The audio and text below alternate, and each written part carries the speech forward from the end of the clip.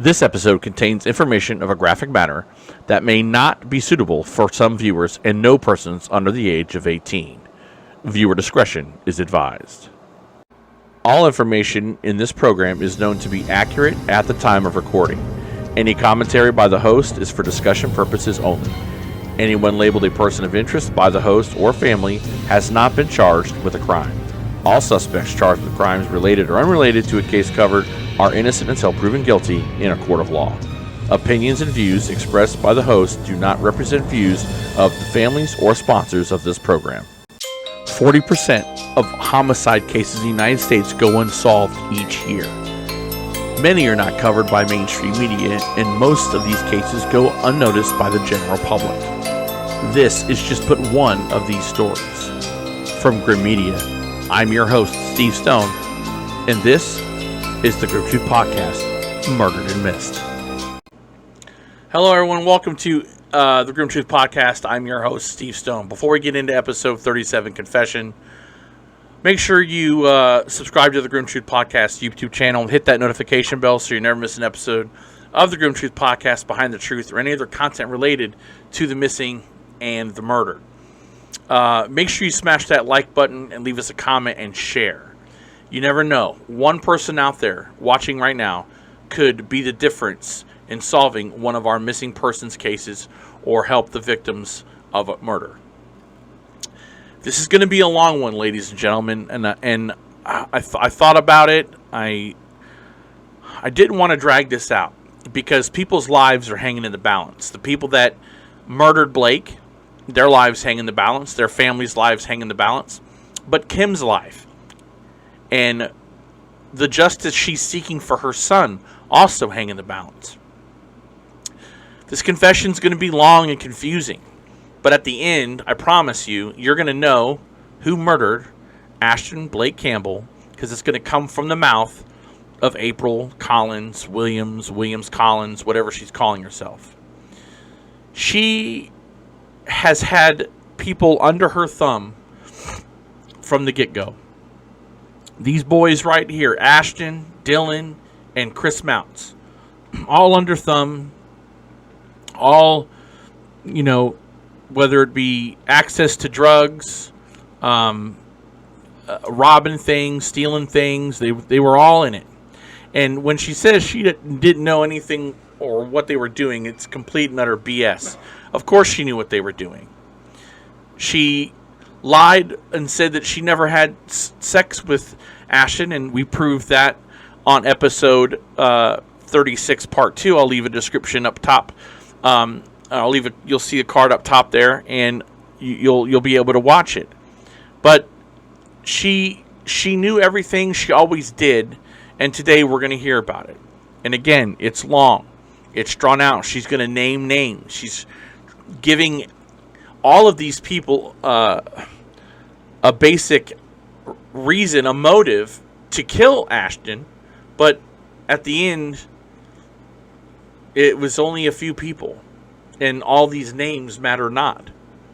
But let's begin with our first segment, and again, this is long, it's going to get confusing, but it's worth it at the end, because I think we can get justice for Ashtyn Blake Campbell, and that's what it's all about. So here we go. Here's April Williams Collins, and she talks about events leading up the week before, or during the week of before Ashtyn was brutally murdered. Take a listen. Give you enough. Okay, so the 14th was my friend Stoney's birthday, the 14th of November. Those are those pictures, the first pictures that I seen of the three of us. Okay. Okay, so like the 13th, which would have been a Saturday, Blake and Dylan were like arguing back and forth the whole day, just at each other's throat. They were both very irritated. Okay, at the end of the day, I treated them like I treat the teenagers at my house, and that's that we have boxing gloves. Because they're always fighting, and I want to put the gloves on in the yard. What were they arguing about? Just everything. When I tell you, they went into so many things that I didn't even know. I thought they were only in movies. you know, like stealing copper out of they mention somebody's lug nuts, which nobody is even acknowledging that part of the story. They stole lug nuts? Lug nuts, they loosened them off of Brianna and Carly's car. So the video in the second podcast I sent to Steve Stone is not Gino, it's Alex Taylor, and I told him that. Alex Taylor is Brianna and Carly's husband. Okay, so on this particular day, I'm at home sleeping. Blake shows up in a car that I've never seen before. It's an old beater car, and he's like, he'd take me to get my blazer. In his backpack out of my blazer because he had got in trouble in my blazer and it was an impound. Okay, so he was going to take me. Well, we need to get across town and he's just driving over the road. His car's real bouncy, so I'm like, let's just go back. I'll get her out later to get his backpack. She'd already missed school. Okay, so when we get back, that's when that video or that voice clip took place and he's arguing with Alex Taylor. And I'm like, Blake, what did you do? And he's like, loosened lug nuts. Can you give me about it? He said, we loosened lug nuts on Alex Taylor's car now. I don't know 100%, but rumor says that that Blake and Brian and Carly were sleeping together. So that brief clip, she's talking about a lot of things. First of all, Ashtyn and Dylan are arguing back and forth, and apparently there was this Fight Club mentality over there that if the youngsters got into some beef, they had to settle it by knocking each other around with boxing gloves. Now, I was raised that way, okay, but I don't understand, you know, why this is a thing over at her house, but it was. Ashtyn and Dylan were engaging in stealing lug nuts. I would imagine that if they were chrome, they could make money off of them, but this was an issue. But apparently, they stole lug nuts from Brianna McCleary, who, at the end of that segment you heard, April pretty much said that Ashtyn and Brianna were sexually involved. And Alex Taylor was pissed off at the fact that lug nuts were removed from Bree's car. They believed it was Ashtyn. And then, according to April, that's the reason for the back and forth on a video or on a piece of audio that I thought was Ashtyn and Gino. And I was wrong. Thanks a lot for clearing the air there, April. Appreciate it. So it's actually Ashtyn and Alex Taylor having a disagreement. But I didn't hear anything about lug nuts in there. And just so everybody is on the same page and there's context, I'm going to play that recording again between Ashtyn and Alex Taylor. And then we'll come back and wrap up talking about segment 1. That's right. You know what I mean? Like, all right. First of all, why are you asking me that question? Like, what? because, dude, how you gonna betray me again after I just... What do you mean betray you? What do you mean betray you? Go over there. You went over I there. look. I went over there to. Made Mike hold the baby. I made who? Made Mike watch my baby. We didn't. What the fuck? No, we did not. I went over there to see Greg, and I took Bree to fucking dog. All right, bet. So it was a brief call. It was heated, but it was about having somebody else watch a baby. I didn't hear anything about lug nuts there, and that was the only clip that we have of that conversation. If there was more, we don't have it. If anybody does have it, I'd love to hear it. But nothing in there to do with the stealing of lug nuts, according to April, and that's what she said. So I don't understand. But we're going to get back to it. April's going to start dropping more names. And if you see, there's a little bit of, I want to say deflection, because she's putting together, and you're going to hear in this clip also, she's putting together these motives, for lack of a better term, why other people would want to hurt Ashtyn, but not her. And again, I'm not saying she physically killed Ashtyn, but she was there. She saw it. But you'll see there's all kinds of scenarios and reasons why someone would want to hurt Ashtyn, and you're going to hear a lot more.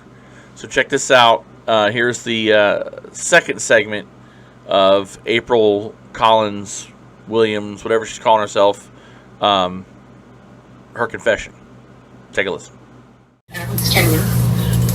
He then calls Jesse Cal, and we're supposed to meet over at Klein Park. Okay, well, I stay at that house. Blake leaves Dylan's at the motel where they had stayed the night before with Dylan's sister.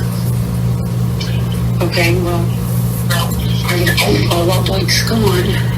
It's this guy named Darren. Okay, I didn't know that at the time. What was his name? Darren Allen. Okay. Okay, so they're gone like 20 minutes or Blake comes back in that car. It's an old beat-up car, okay, and some woman stops in a truck and gets up and comes and gets in the car and leaves. I to this day don't know who the woman is. Anyway, the next thing I know, there's another shooter blocked off by guys in blue bandanas in the back of trucks. Okay. And there's this one guy, this Darren guy. He's in my yard and he's just yelling at Blake, yelling at Blake, yelling at Blake. What was he yelling at him? Because he had loosened the lug nuts on that car, on Brian's car. I guess he was some kind of like, at the time, he was pretending to be like the bodyguard for them. Okay, so I go outside after like 20 minutes and I'm like, hey, you guys are going to get the cops called. You'll need to cut this out. Okay, so dude is like, the Darren guy didn't know his name at the time. He's like, I'm going to get you, screaming at Blake. Well, I get Blake and Dylan back inside. This guy leaves. Like, 5 minutes later, my messenger goes off and it's that guy, and he's like, I hear if I got beef with Blake or Dylan, you're the person to talk to settle it. Okay, so Duke proceeds to tell me that I've got to sleep with him to save Blake. You got to sleep with the Darren guy? With this Darren guy, yes. You don't know his last name? Alan. I didn't know that at the time, though. Like, he had this blue bandana on, I didn't know who it was at the time. Okay, so anyway, no questions asked. Girl, I was like, you promise that Blake's not going to die if I do it? He said, yes, I promise. He was like, you sleep with me and Blake's dead square. I was like, okay, let's do it. Okay, well, then dude's like, meet me at the stop sign, I'll be on my bicycle. Red flag number 1. I was Sorry. I said, why don't you just come to my house? I said, I got a door that comes in my bedroom door. I said, I got a door that goes in my house. I said, we'll just lock both doors, nobody will know you're in there. Okay, dude's like, so you promised that Dylan and Blake won't knock me down. Red flag number 2, you were just tough a minute ago. Anyway, he gets there and he takes off his mask and his jacket. He don't have any tattoos. Now, if you're not part of Crip, you don't have tattoos and talk with a slur. I mean, you're just not. So, basically, I was just like, I'm not sleeping with you. I was like, what I ought to do is get my people. I'm talking about Josh Hogue. I don't know if you know him or not. Yeah. Anyway, he calls me dad. I was like, what I ought to do is get my people to come after him. He's like, no ma'am, no ma'am, no ma'am. Like, he's kind of a blanc. Like, he just is scared. And I said, well, let me tell you something. I said, Blake's dead's clear. I said, and if I even think of color blue on a day and see you on my road, I said, I'm going to make that phone call. Okay, well, I never heard from Dude again. But I overheard an argument between Blake and Greg McCartney, who was Brian's dad. Okay, so that issue right there never got taken care of. There's a girl, which I'll send you a screenshot of her Facebook page. I met her at Becky Bean's house, and she claims that she was next door to Brian and then behind Tyson, and that Blake's bike showed up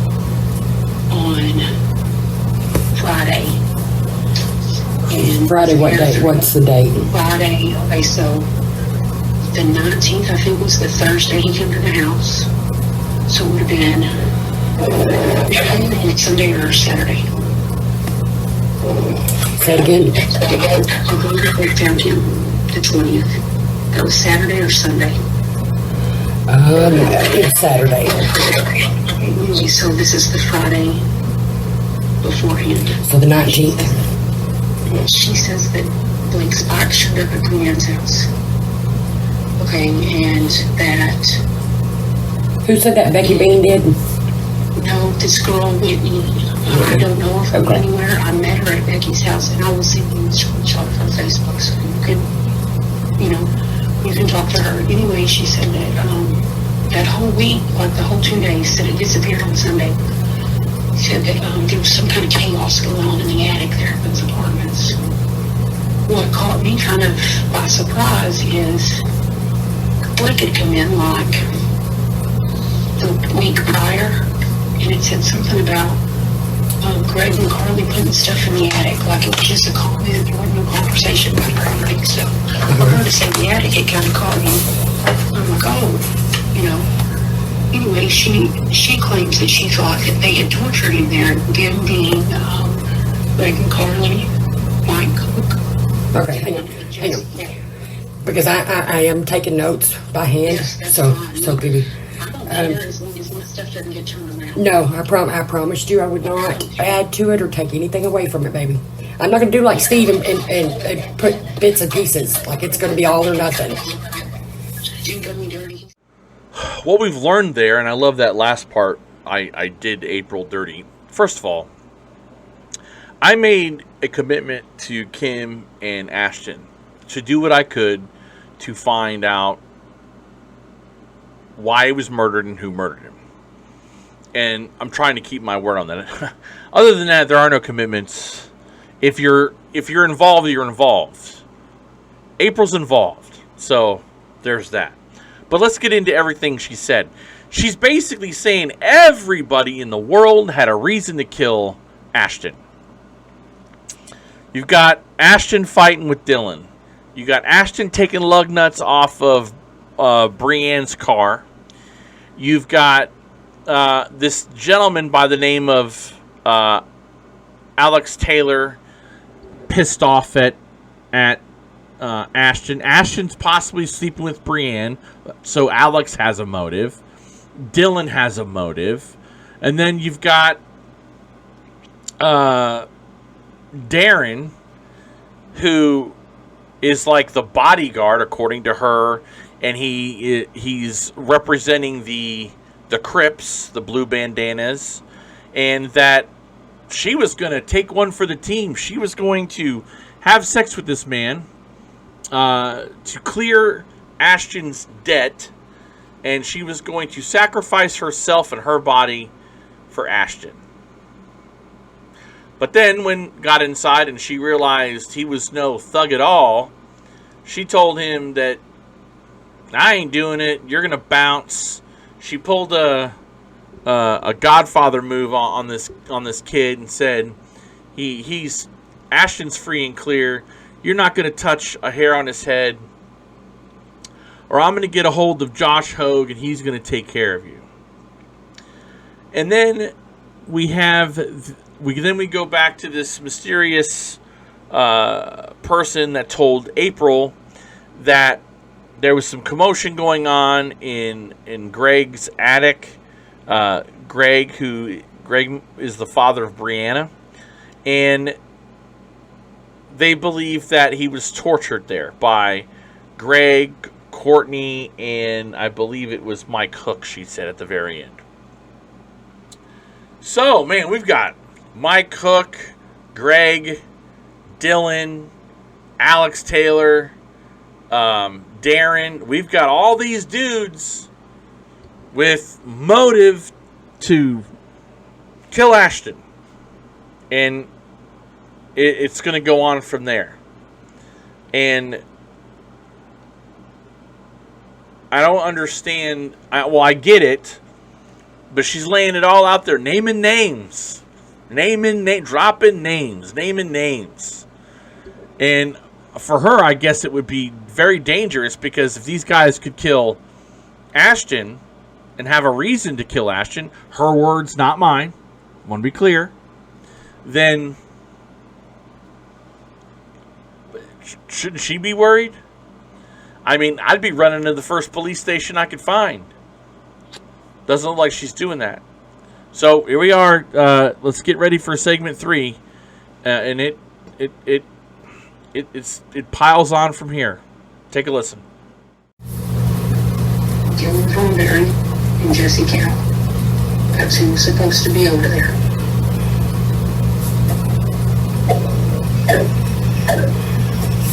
Okay.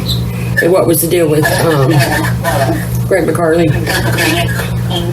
Love nuts getting loose on his daughter's car. Say it again. The lug nuts. Okay. That was his daughter's car. Okay, Brianne told me out of her own mouth that there was a $10,000 hit on Blake because of that. Okay, but supposedly I was going to sleep with dude to take care of that. Was she hurt? No, she wasn't hurt. I don't even know that they pulled out of the driveway. I wouldn't hear her at her house, but from what I gathered, they would pull out of the driveway before someone figured it out. Okay, so, anyway, that puts Blake Spike over at the apartments behind Tyson after he was at my house and stayed in the car Thursday.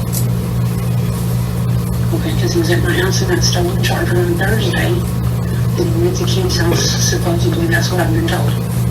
You know, he went to Kim's house with John Ford. Okay.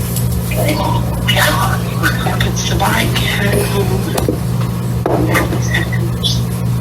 Okay, also, Jacob, who was married to Lexi, Dylan's sister, Jacob Edwards, he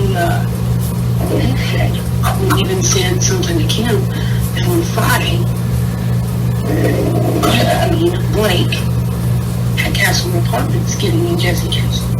Nobody ever said anything about that either. Okay, I'm going to backtrack to the Thursday. I'm feeding Jesse Cow at the lake. Remember that I got all those selfies, my stupidity, but it was because the moon was so hot. I didn't even go past that pension document. It's stupid of me. How was I to know, though? I didn't know anything had happened. So, but when I left the lake, I seen Jesse going up 21 away from the lake, and I even called him and I said, "Slow down, you're gonna kill yourself." Like, because Jesse's real kind of emotional about his life and stuff. And he's like, "Oh, me and Kelsey got into a fight. I'm just clearing my head." Okay, well, later he told me that him and Chris Ollinger got in the car. That's on Thursday.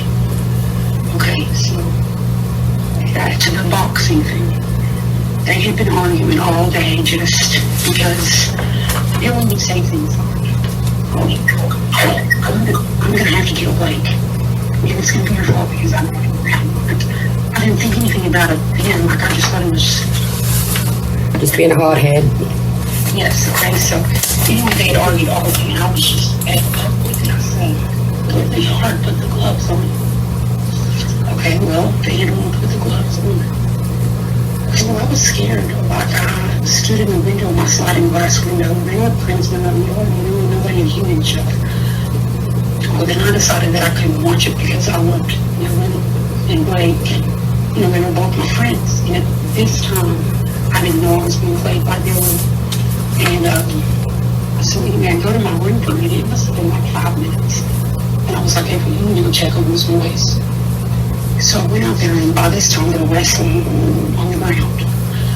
And I see that Blake was on top, and then Dylan was starting to get the best of Blake. So I just went out there and grabbed both of them by the shoulders and separated them. And I said, "It's enough." I said, "Somebody's going to get hurt." They get up, they shake hands, and got on the rest of the night. Okay, that's on Saturday the 14th, or the 13th. Okay, Sunday the 14th. Okay, so the cops have been looking for Dylan. Dylan was in jail for pretty much all of October. He got out of jail. He was out of jail 2 days, and then we got out of jail like 2 days that we were just me and Dylan, and before that, Dylan had been in jail with Blake in the past. Anyway. I can't hear you, babe. Can you hear me now? Yeah. Okay. That was the 13th of fight between Dylan and Blake. Like I said, they shook hands. Okay, well, the cops had been looking for Dylan. Like, they would pull everybody over that left my house. Me and Dylan were supposed to go hide out. Me and Dylan and Emily, and he ended up taking some info out. This is when some of this stuff started happening. Okay, so still on Sunday. And Dylan go over to where Samantha was staying. And he's supposed to just run in and run right back out. He's got somebody's money. Okay, well, I'm in the car about 20 minutes, and I start feeling sick, and so I text Dylan, and I'm like, I'm going to run in the house, I'll be back to you. When I got over to the house, I threw up, so I see Blake over again. Okay, he was gone maybe like 5 minutes. Nathan's house is real close to mine. And anyway, Blake come in and was fuming mad. You're not going to believe what he's doing, Mark. I can't believe he's doing that to you. Okay, well, he had fell asleep with Samantha. He did what? So mad about it. Fell asleep with Samantha. He'd been up so long and just passed out, but he was cuddled up to Samantha. While you were in the car? I was in the car and I went home at 6, so he went. Are you there? Hello? Can you hear me? Yes, I can now. You went home sick, so what? I went home sick, so because it had been like 20 minutes and he was still inside and I was going to throw up. So Blake went back over to get him. I sent Blake in my blazer and get Dylan. Because I just going to pick him up, you know. And then so Blake comes back mad and he's like, he's over there cuddled up with her and blah, blah, blah. Okay, well, at this point in time, if I were with Dylan alone or whatever, you know, like in a room by myself, Dylan would be like, gotta get rid of Blake, I'm gonna have to kill Blake, gotta get rid of Blake, gotta get rid of Blake. And if I were with Blake would be like, gotta get rid of Dylan, gotta get rid of Dylan. Never said he was gonna kill him. Gotta get rid of Dylan, gotta get rid of Dylan, gotta get rid of Dylan. Okay, so, but if they were together, it was them against me. So let's recap what we now know. So, in the beginning of that clip, she claims that Dylan Thornberry and Jesse Cowell is over at the residence of Greg McCleary and Brianna. And Brianna said that there was a $10,000 reward for Ashtyn, like a bounty. I don't know if this was dead or alive. We don't know. And that was supposed to have been taken care of with the meeting between Darren Allen and April Collins Williams. She was supposed to have sex with the guy because he was the quote-unquote enforcer. But when she realized he wasn't a thug at all, wasn't a thug at all, she said, you're not going to lay a hand on him or I'm going to get my boys on you, Josh Hogue, and you all are going to have a pig sticking match. But apparently that didn't work. And now we're setting this up for this to be the big battle. You know, once again, it's Dylan and Ashtyn in this frenemy thing where it's... The problem is this. Let me just bring this up to you. You have April, you have Ashtyn, Dylan, and Chris Mounts. He's your third guy in this crazy love triangle. April had these three guys under her thumb. All right? Influenced them, had them over at the house, had a relationship with each and every one of them. And, I mean, that was the power dynamic. And it seems like when it suited her, one got, you're going to hear, this is what you're going to hear. you're going to hear her say how much she loved Ashtyn, but she would go tell on Dylan, who she was so, quote, naive to be around because he treated her poorly, and Dylan was going to kick Ashtyn's ass for her. And Dylan even said that if you go back to episode 2 of, if you go back to episode 36, part 2, Dylan said he was supposed to whip Ashtyn's ass, but he didn't, over there on Taylor Street, which we're going to hear about in this next clip. And then you've got Chris Mounts, who is kind of like the next boyfriend after Dylan, after Ashtyn. And that's how crazy this is. So here we go as we get to the tail end of part 1 of this, as we hear April tell us about how Ashtyn was tearing all her shit up and Dylan was going to be the knight in shining armor. Here we go. Was supposed to go to Jimmy like December 14th, I guess, so I was like, me and Stormy were like, you need to make a bucket list, dude. You need to make a bucket list and do all these things before you go. I was like, maybe we're going to get clean and all this is going to be behind you. I said, it's just a speed bump. Okay, so we make a bucket list, I put strawberry list and taking those pictures. Okay, so we go back to the house to pee. Dylan calls, needs a ride. I'm stupid, I dropped everything and go pick him up. Okay, when I get to the house, Blake goes out to the car. Me and Dylan are in the bedroom arguing because God only knows, Mom. I think that Blake was there and because I wasn't fast enough to go pick him up. Okay, so finally I was just like, Blake had come in the house one time and got the keys to the car. Come in the bedroom, he You cut. I hit the mute button, I'm sorry. Okay. Okay, so me and Dylan get back to the house. Blake is upset because I went to get Dylan. So he sits in the car.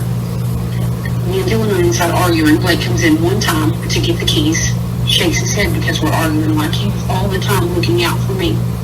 Like, he would get mad at Dylan for what he was doing, like that I'm still like naive and didn't see it or something. Okay, so me and Dylan are fighting like 20 minutes maybe. Finally I'm like, Dylan, I've got to go. I was like, we got plans. And I holler at the kids, they're in the other part of the house, and I'm like, we're about to go. And so I go out my bedroom door, I get in the car, I put the steering wheel down, I notice some wires are cut. About that time, Blake comes and gets in the car, and he's like, what happened to those wires? Like, he sees them too, and he's like, what happened to those wires? He said, must have been when you put the steering wheel down. There's the wires look well. Ended up that he cut the security wires in the car. Okay, so I'm furious. I'm just like, Blake, this is the end. You've cost me so much money. You're stealing stuff from the house. Now I'm going to move without a car. I'm just kind of laying into it. I'm laying with my kids. And instantly he gets these big tears and he's like, man, you always waste your time on Dylan. Why do you mess with that fool? And we have a spat kind of about that. Okay, well, I go in the house and I tell Dylan, I'm like, you guys gotta go. I mean, I'm just tired of messing with it. And by this point, it had been going on since August. Like You hit mute again. all the drama had been going on since August. Okay, so this particular day, I'm just fed up with it. You guys gotta go. Dylan says, oh man, I have so many regrets. Dylan says, what's wrong with you? Why are you so crabby? And I said, well, you put GD wires on my car. I just fed up. You guys are stealing stuff and I'm losing money and, now I can't have a car. Dylan said, what do you want me to do? Teach him a lesson? I said, well, somebody needs to. I didn't think nothing about it. Okay, so Dylan leaves, Blake leaves. I didn't know they left together. So supposedly this is the night they left for Oklahoma. Okay,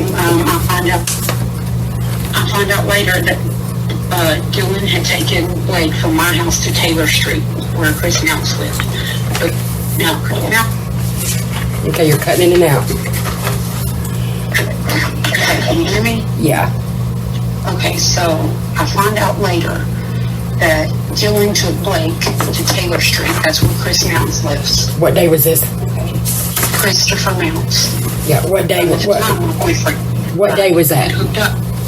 It's still the 14th. Okay. Okay, so the Christopher is in Bridgeway because, okay, hear me out on this. Blake,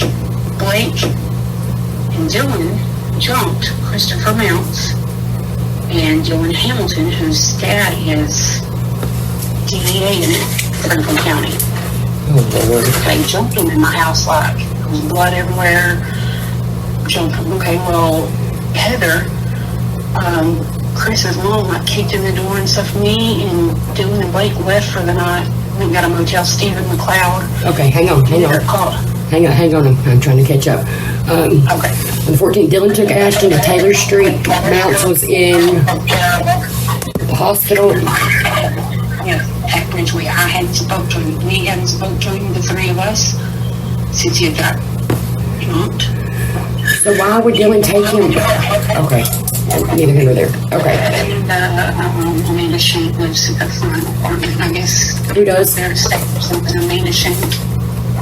She lives in the front apartment? Yeah. Okay, hang on. And she's a homie hopper, just putting it out there. She's what? A homie hopper, that's what I call those girls. Oh, yeah. All those guys. Okay, so, that's Sunday. Supposedly Sam and Dylan go to Oklahoma. I don't hear from Blake. We had fussed. So I don't really think a whole lot about it. Okay, so Monday, during the day, in the evening, Chris Mounts calls me from Bridgeway. The first time I talked to him, and he's all like, April, I love you, and we need to talk. Okay, so me and Chris, we're hooking up. On my phone, I don't care if everybody believes I didn't sleep with him. I'm like, I'm not a homie hopper. It's against my morals to sleep. Yeah.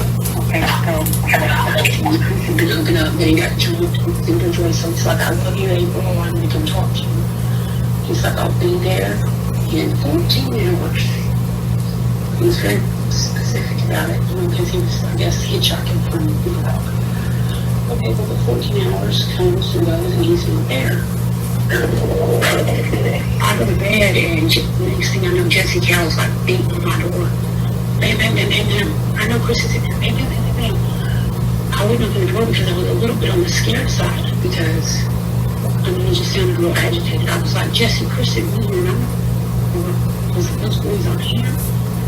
But today, the kids are at their dad's. Just leave me alone. I'm higher up, and she had, higher up and more. I want to leave him until I see Christopher. Who's he referring to as higher up? Like Josh Hogue, Heather, his Aunt Heather, Chris's mom, Kim even, like they're all associated with this skinhead group. Do you know which group it is? Yeah, it's called War, and I don't know what the letters stand for. Okay. The only reason I know anything about it is because he calls Josh Dad. Anyway, I call Stephen McLeod because Stephen McLeod had helped out. So Blake tells me that Stephen McLeod's brother Eddie is supposed to be Blake's dad. Okay, he tells me that because Heather, Christopher's mom, was like causing a huge scene. Said Eddie was Christopher's dad, or Eddie's Ashtyn's dad? Yeah, that Blake told me that. Ashtyn told me that from his own mouth. That's, And so the night that all that stuff's going down with Chris and Dylan and Heather, Chris's mom, is causing a scene. Blake calls Stephen McLeod. Stephen McLeod calls Heather and says, hey, they're coming home. You're not going to mess with them. Okay, so the day that Jesse was there, I called Stephen McLeod because he said if I had any trouble to call him. Okay, and Blake's not there. Jesse's there looking for Chris, and I haven't seen Blake. This is like Tuesday morning. Okay, so I call Stephen. Stephen has Jesse leave. 30 minutes later, Chris and Mom shows up at my house. And when I see him, I was like, how have you been? Jesse's been here causing trouble.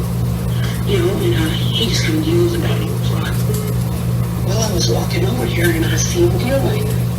Walking, so I followed him to another friend's house that lives over by Raymond's. And I said, you didn't see Dylan.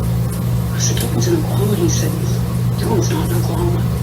He's like, I seen him. He said, he had on black shorts, white shirt, red hat, white long sleeve shirt, who else you know dresses like that? And I was like, And what day was this? This was Tuesday, after he was supposed to have left on Sunday. Okay, this is before or after everything with Ashtyn happened. But he's supposed to be in Oklahoma. Okay. That's his cover, remember? He's in Right. Oklahoma. He could have done it. Okay, so that's Tuesday. Okay, me and Chris take Emily and Jacob starting to see Peg in Paris. Peg, who's Peg? Is like, I don't know if you've heard about the Walkheads, but it's like some bad kids that we all kind of looked after, teenagers, 16 of them, you know, like their parents weren't all that great and stuff, and we just kind of looked at them. Peg is Emily and Jacob's stepmom's brother. So, we previously been at the house to keep back to Paris. Anyway, so we go there on Tuesday so that I can see him. Okay, we're at the house. We're getting turkey. So we're going to have a Thanksgiving dinner for the Rockheads on Saturday. So we're trying to get all the lists and stuff together. Me and Chris and I can't hear you. 1 o'clock in the morning. 1 o'clock in the morning, it's in the lake sets up a mess. Okay. And I was even, I didn't want to.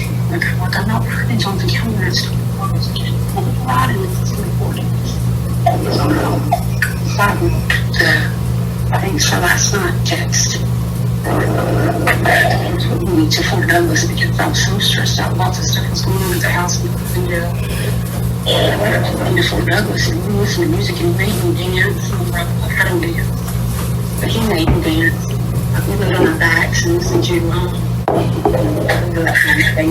You know, and we were just looking at the stars. It's not what everybody thinks, which is us, Blake.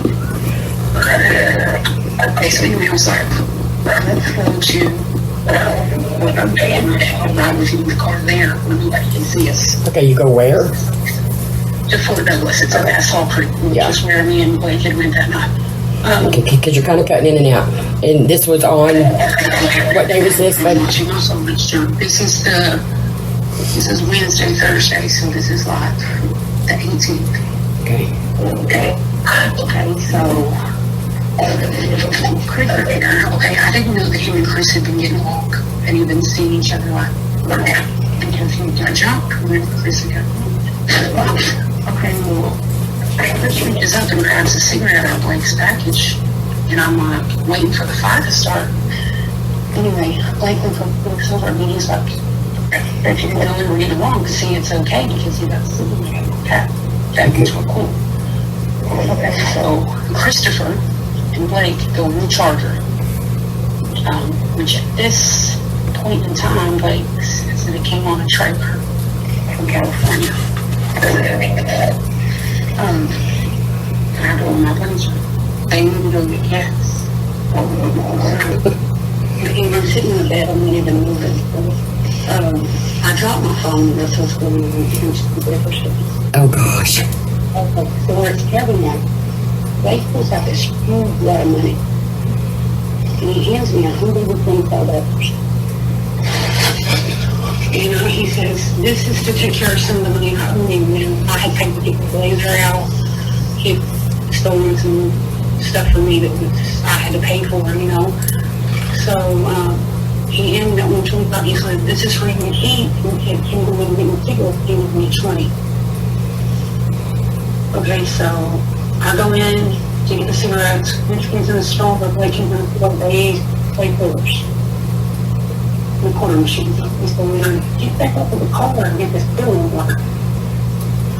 His blade hitting the car. You know, just they jumped in the food, you know? So Chris comes out there first.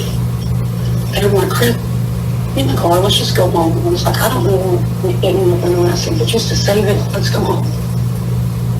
I said, and he will come, you know, Blake will come back. That's what he'll do. Well, Chris wouldn't. He got in the car with Blake. Okay, so we're supposed to be leaving to go to Campbell. Well, Blake's like, hey, did you bring anything with you? I was like, no, I didn't bring anything with me. Nobody helped me get it. Okay, so,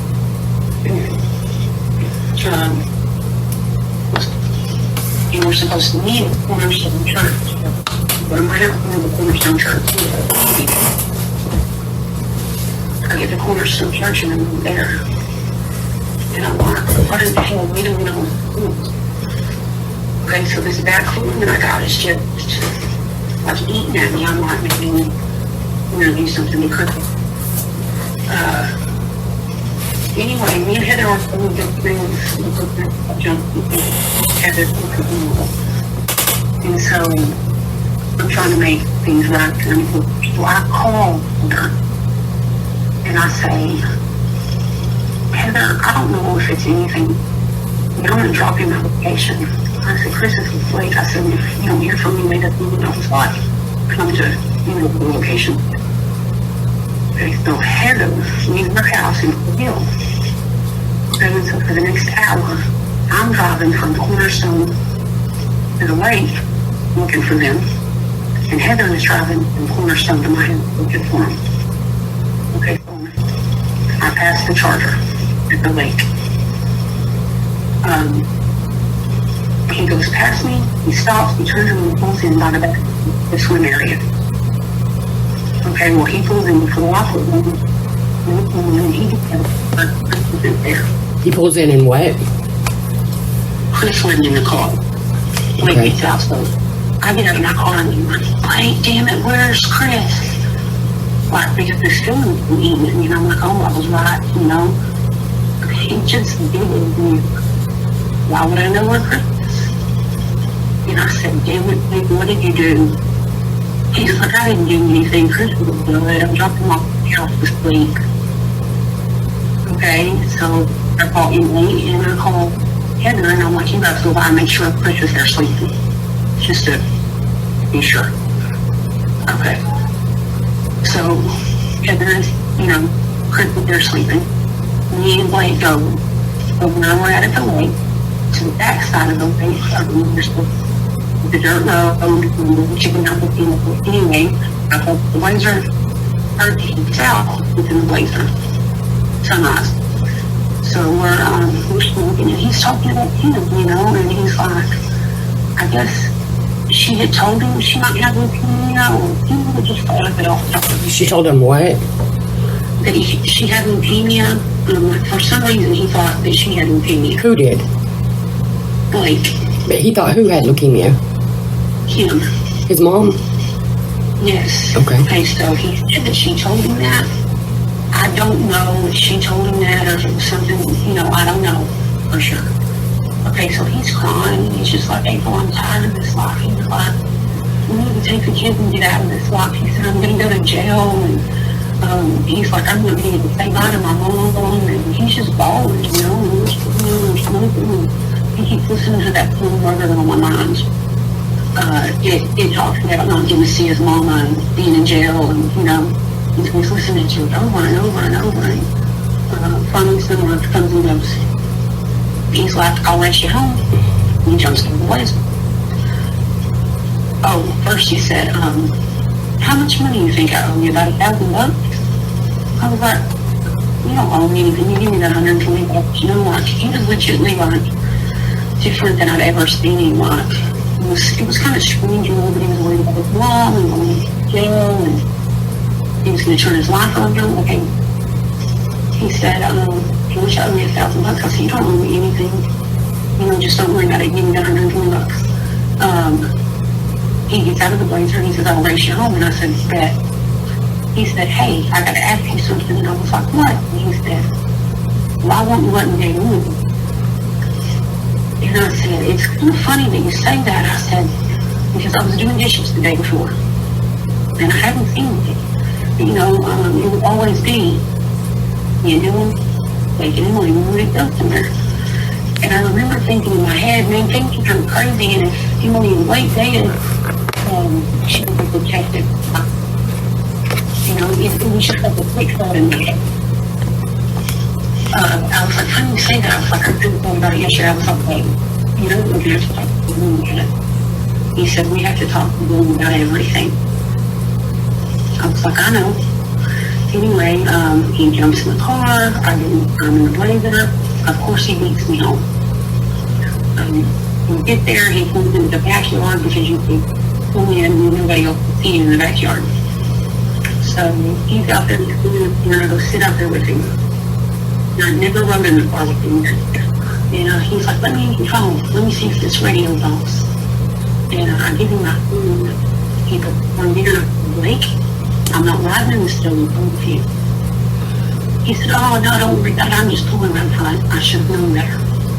He goes around front and takes us. So we get over at the Dollar General store, and that John Ford guy I've never met was there on his bike. It didn't look like a planned meeting. He just moved to his bike and they pulled up to see if he needed a ride. It didn't look like anything was going on.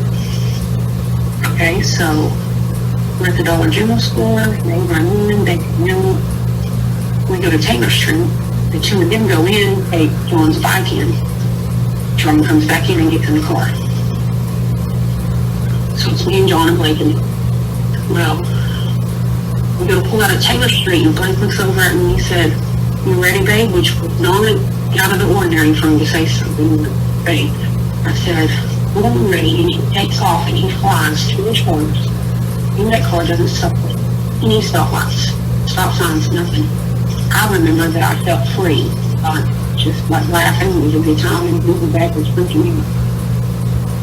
Okay, well, we get towards the Dollar General store, and Blake pulls out the thing and he throws it back at John Boy. And John Boy said, you got your kidney, that's when you got left. Blake said, no, that's not what I thought. We gotta go to my mom's and get there. Okay, so I didn't ask any questions because they would say things to me like, so sometimes I just didn't ask questions.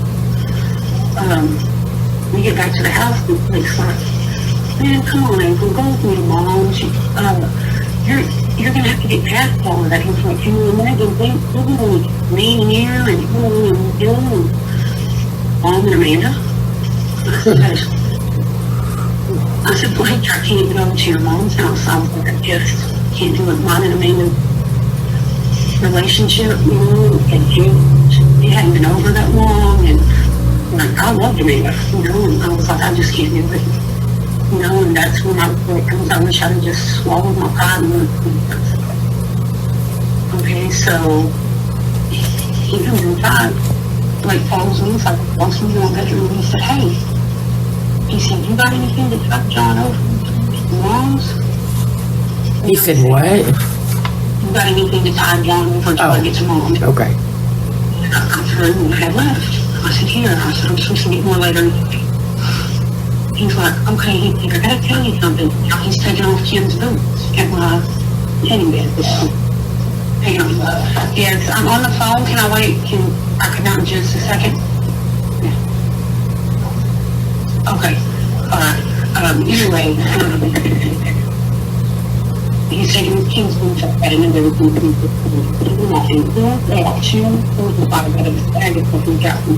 Pulls out two what?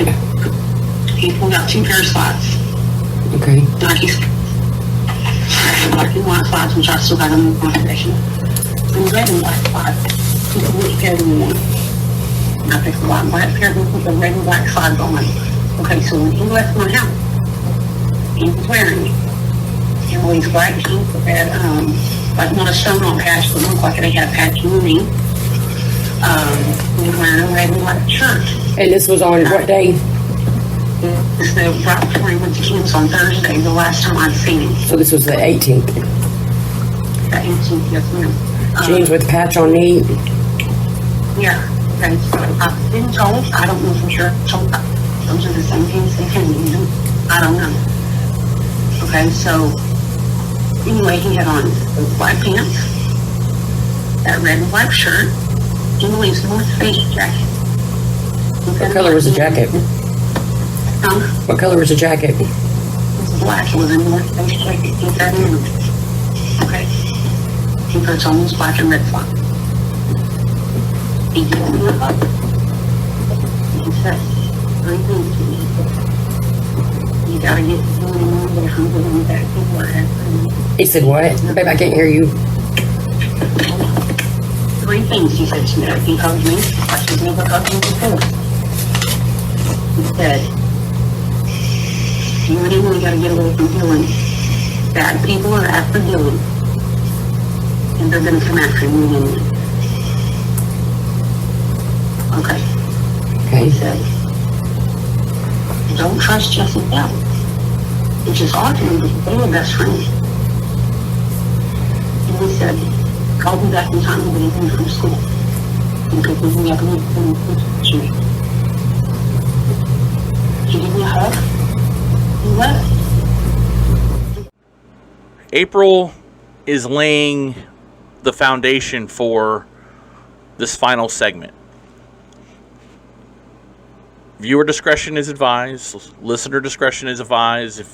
If this is going to disturb you, don't listen. But here is the tail end of the confession.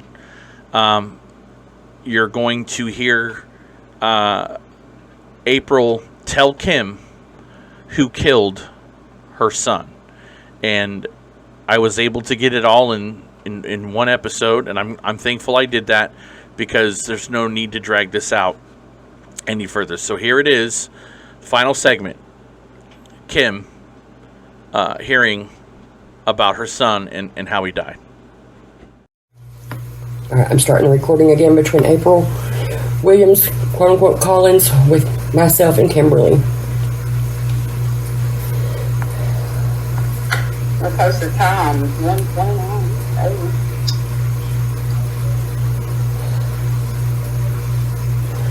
Is it adding her to the call? Hello? April? Yes, ma'am. Kim? Yes, ma'am. Okay, everybody's here. I'm gonna get right to the point. I gotta take a deep breath because I just got to. I'm gonna be sick. I ask one thing of you, Kim, and that's that no matter what happens after this phone call to me, I ask that you pray and see if you can find some way to allow me to go say my goodbyes to Blake. I haven't went because you asked me not to, and I'm just going to ask that you pray about it, no matter what you decide.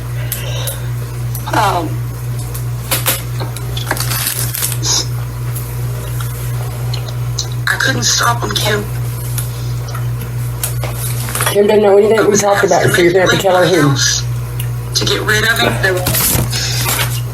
I couldn't stop him. I didn't do what they asked me to do because I was scared. April. Blake was my best friend. I didn't want to send him away. April. Kim? This is Kristen. Listen, you're going to have to tell her who you're talking about. I'm telling her, okay? But I can also hang up this phone. I owe it to Kim to tell her, but you're going to have to let me tell it to her. Okay, just because you want to know, I told you his mama deserves to know first. And that's what I'm doing, is telling his mama. Okay? I told Yes, her ma'am. Stop it and hold on, and I'm about to tell her. Just hold on. Kim, they asked me, they being Chris and Dylan, asked me to get rid of Blake, to make him come home to you, to convince him to quit telling people that he had seen something that Chris and Dylan had done. He was in too much of Dylan's business. But Dylan allowed him to be there. Exactly. He did. Yes, ma'am, and let me tell you something. I'm responsible for your son's death, and the reason that I'm responsible for it is because I should have made you come and get him.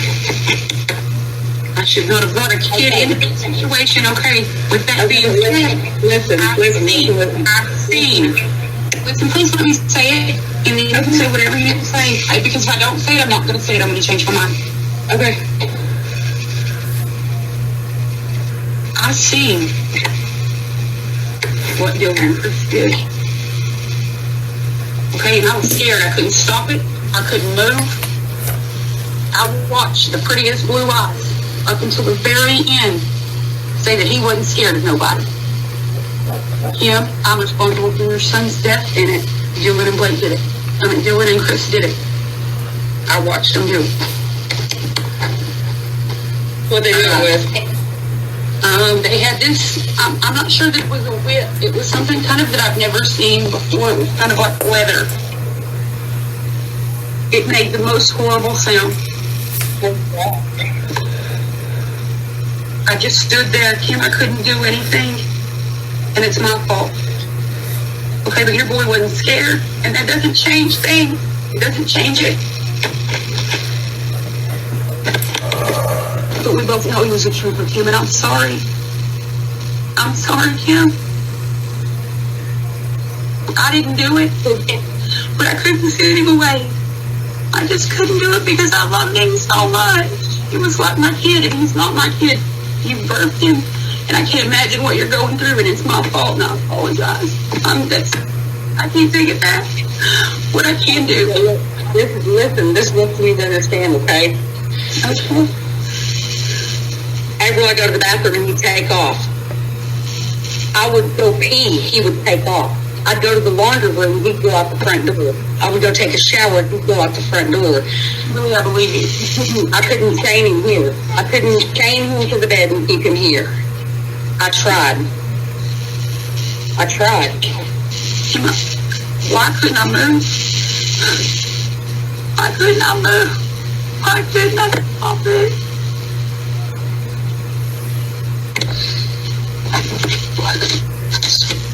Why did? Because he knew too much. Because he knew what Chris was doing. I understand that. Could they kill him when I was? I don't know. That's the honest to God's truth. I don't know. Stephen Stone says he knows. But do I not? No, I don't know because this is what your son said to me. This is how I found out about it. He said, April, he said, catch Dylan off guard. He said, Nancy, can help you move the couch. I'd never seen somebody so mad. He was so mad at Blake. He knew where it had come from. I don't know if Blake were there for it or if he just knew too much. Honestly, Kim, I don't know. Okay? I just don't know. Okay, hold on. I'm sorry. I was losing service because I'm connected to Wi-Fi.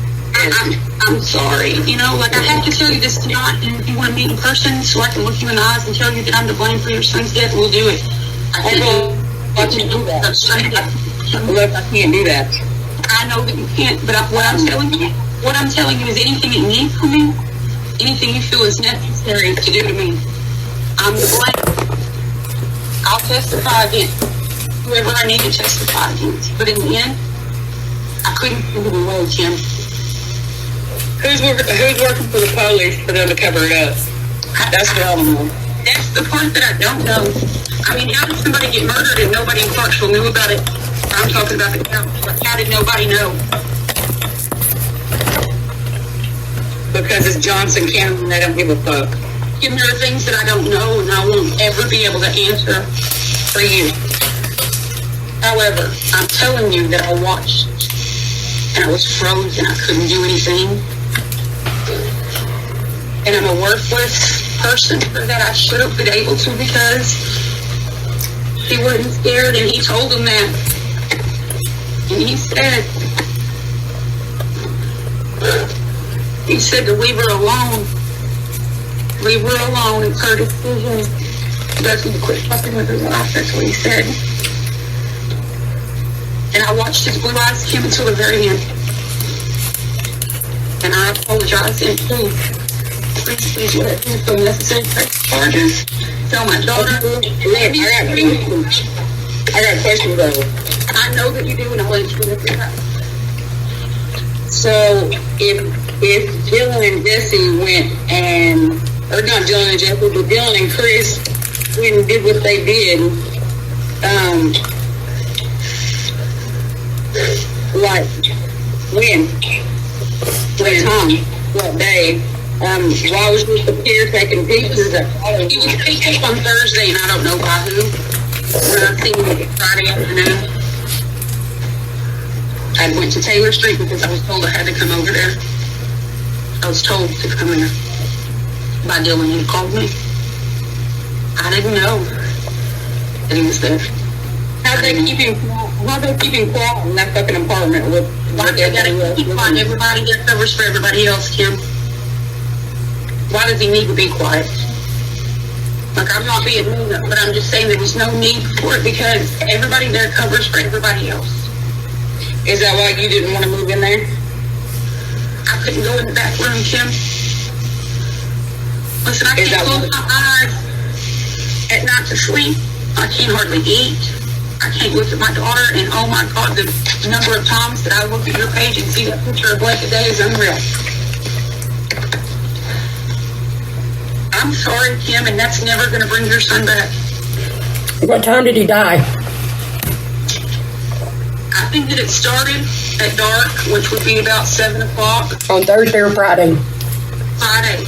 Okay, I didn't know that he got picked up. I didn't know that he got picked up Thursday night. I was told that he got picked up by Jesse, which supports my story that Jesse was by the way. However, I didn't see Jesse, and Jesse didn't put a hand on your boy. I know that to be true.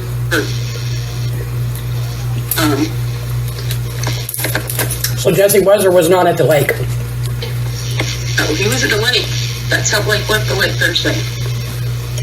I didn't find that out till after, and that's because I asked and I was told. Dylan won't speak to me. Chris is in jail. I was telling Kristen that I believe wholeheartedly that if I'm allowed to talk to Kristen in jail, that I can get him to confess to doing it like.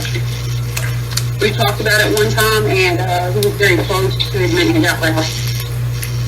But I wasn't going to tell him this night to talk to Kristen all day because I woke up this morning after not getting very much sleep last night, and you were the first thing that I thought of. Why now? It's been 7 months. It's been 7 months. Like, why? I've been in the hospital camp for the last 12 days. I've been able to do it. Okay, but during this time, my meds got adjusted, I got a clean head, and I started reading the Bible. I'm not religious. Okay, but right is right and wrong is wrong, and you deserve to know what happened to you. I absolutely agree. You have deserved. Okay, but my own pride, because I was bitter towards you, prevented me from getting in that car today when he asked me to come to your house. You know, and that's not what prevented me from telling you. What prevented me from telling you is because I was scared. Scared of who? Dylan. Chris. Do you know that Chris started being an asshole to me because his guilt's eating him up? Dylan won't speak to me, but guess what? He told me that if I run my mouth, he's going to kill me. How's he going to kill you in California? Honey, I don't know for sure that that's what he's at. I'm not saying it's not, but I'm just saying, like, Kim, I'm scared of you. I look over my shoulder and wait for you because I wait for you to come and get me. Honey, I'm saying pray. I'm saying you tell me what to do to help you get the justice you deserve for your boy. Go to the state police department. I want you to tell the truth, April. I want you to tell it. That's all I want. Okay, can you repeat what you said? You cut out. I'm sorry because I'm on Wi-Fi. Wi-Fi sucks. I said I just want you to tell the truth. That's what I wanted at the very beginning, was just truth. So who do I call? City or state police? No, it's not, because I'm at Google Dead because we're an hour ahead of him anyways. No, she needs to go to the state police. No, you got somebody's recording this, correct? Do what? I said somebody's recording this, Kristen. If not, could you please turn on something to record? me saying that I've seen it. Okay, but that's not going to do any good because it's a third party. I mean, I can. Guess what? If something happens to me tonight, Okay. whatever reason, Okay. if I'm hid out somewhere and if someone finds out where I'm at, there's a good chance they'll come after me. They're not going to let me testify. They're not going to let me do it. I should have done what I was supposed to do, and that's sending back home to you, and then he would still be alive. I am a worthless mom. I'm a worthless person, and I should have protected your son. Kim, I stood there and watched it. All the way. Watched it. Why did I do that? Kim, why couldn't I do something? If you aren't sick to your stomach, then good. I've had to listen to that half a dozen times, and it gets worse every time. Dylan Thornberry and Chris Mounts killed Ashtyn Blake Campbell. And before he died, before April watches him take his last breath as Ashtyn is saying, fuck you, to both of them. They're beating him with a leather strap or cat of nine tails, something, which makes perfect sense. That coincides with the marks all over Ashtyn's body. All over. And it's Thursday, Friday when he's being beaten and tortured, then murdered because he knew too much. And April couldn't stop. I couldn't stop it. Yes, you could have. You could have stopped it. You should have stopped it, but you didn't. Why? Well, it kind of benefited you, didn't it? I mean, Ashtyn, who you were in a sexual relationship with, he wanted to date your daughter. And for a narcissist like you, April, that probably tanned your hide. You're probably furious. And Dylan was telling you that he had to get rid of Ashtyn. Did you bother telling anybody he was saying it? Nope. Did you bother calling Kim? Warning her? Nope. You said you should have, but you didn't. Because you didn't care. Ashtyn didn't love Ashtyn. If you loved Ashtyn, you could have stopped the murder. You said you were afraid of Dylan. Well, in your own words throughout this entire episode and phone call, you're bringing up a well-known skinhead by the name of Josh. I believe that's his name. Josh Ho. So, you had people, right? Could have easily taken care of it. But that wasn't the case. You watched Dylan and Chris beat him, torture him, murder him. And you knew the entire time. Why couldn't I? Why was I just standing there? Because you let it happen? The grim truth about this whole ordeal is the cops screwed everything up, including the autopsy. They screwed up the measurements when they were taking his toxicology. The autopsy, that part of the autopsy was screwed up because there wasn't enough source to quantitate the amount of drugs in his system, that which they blamed for the reason why he quote unquote drowned himself. But he didn't. He was murdered. So either Officer Arnold and his department are corrupt, which is probably what I believe, and they allowed this to go. And why is that? Why would the cops want to hide a murder and shove it underneath the rug? Well, let me tell you why. April has a father. Her father, back in, I believe it was 1979, had a child molestation charge. Just poof, disappear. You want to know why? Because he was helping on a RICO case. If you're not familiar with the RICO case is what they use for organized crime. When multiple crimes are being committed, like prostitution, gambling, drugs, so forth, it's a RICO case.